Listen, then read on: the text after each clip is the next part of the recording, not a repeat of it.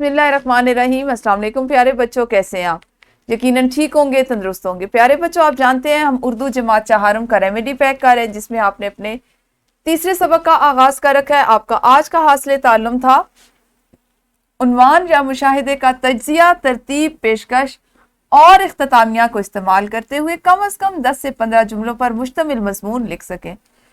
बहुत अहम एक हासिल ताल्लुम जिस पे आपने काम किया, इसको सीखा। आप चूंकि बड़ी जमात में पहुंच चुके हैं तो आपने अब पैराग्राफ से इक्तबास से ज्यादा मजमून लिखना सीखा।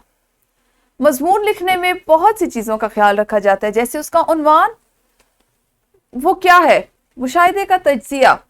आपने एक चीज का मुशाहिदा किया, उसके बाद उसको सोचा, उसके मनफी पहलू, मस्बत पहलू, उसके इस्तेमाल, उसके फवायद, उसके नुकसानात, कहाँ कहाँ वो चीज इस्तेमाल हो सकती है, किस तरह से हो सकती है, तमाम चीजें आपने सोची।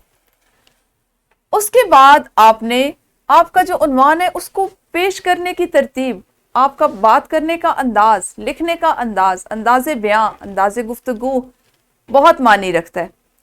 आप कभी भी मजमून में ऐसा नहीं कर सकते कि आपको जो उन्वान दिया गया उसका तारुफ आखिरी जुमले में करवाएं या दरमियान में करवाएं और पहले उससे मुंसलिक कोई वाकया लिख दें। जरूरी है मजमून लिखते हुए कि आप 10 से 15 जुमलों में जिस बात को आपने मुकम्मल करना है उस पे जुमलों को तरतीब दें। इस तरह आप अपनी जिंदगी में भी चीजों को तरतीब देना सीखेंगे।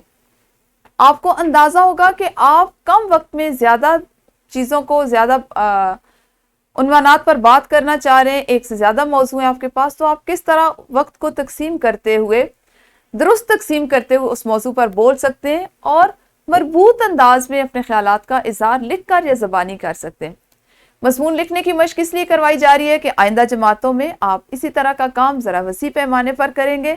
अभी जमात चहारम में जो मजमून आप 10 से 15 जुमलों पर लिख रहे हैं, हो सकता है 6ठी, 7वीं, 8वीं में वो 250, 300, 400 अल्फाज पर मुश्तमिल हो। अभी से आपकी बुनियाद अच्छी होगी, आपकी लिखने की रफ्तार अच्छी होगी, सोचने की रफ्तार अच्छी होगी, मुस्बत होगी, गौर करने की, मुशाहिदा करने की रफ्तार अच्छी होगी। आने वाले दिनों में तरक्की पाएंगे, फ़ायदा हासिल करेंगे। अपना ख्याल रखिए। अगले हासिल ताल्लुम में आपने क्या सीखा उस पर अगले लेक्चर में बात करेंगे। तब तक अल्लाह हाफिज़, शुक्रिया।